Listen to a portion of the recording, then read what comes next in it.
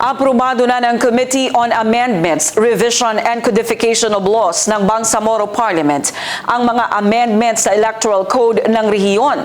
Sa ilalim ng Committee-approved BTA Bill No. 419, ibinaba ang membership requirement para sa regional political parties mula 10,000 members ay gagawin na lang 5,000. Ibinaba rin sa 2.5% ang total valid vote cast ng minimum vote requirement para makakuha ng representasyon ang isang partido. Ang News Now sa report.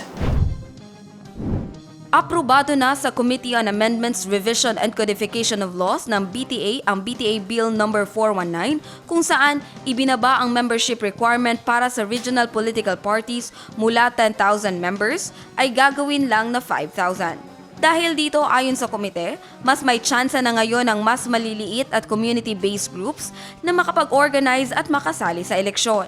Ayon kay Committee Chair Siti Fahani Uyuyod, committee-level approval pa lamang ito at daraan pa sa full deliberation ng lahat ng mambabatas sa plenary sa susunod na linggong sesyon.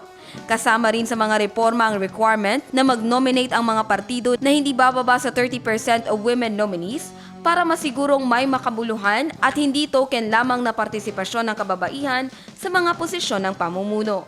Ibinaba rin sa 2.5% ng total valid votes cast ang minimum vote requirement para makakuha ng representasyon ng isang partido. Layunin nito na bigyan ng pagkakataon ang mas maliliit na partido na manalo ng pwesto at mas maipakita sa parlamento ang iba't ibang boses ng mga botanteng Bangsamoro. Itinakda rin ng panukala ang pagsabay ng eleksyon ng sectoral representatives, maliban sa non-Moro indigenous peoples, ulama at traditional leaders sa kauna-unahang parliamentary elections kapalit ng dating assembly-based election process.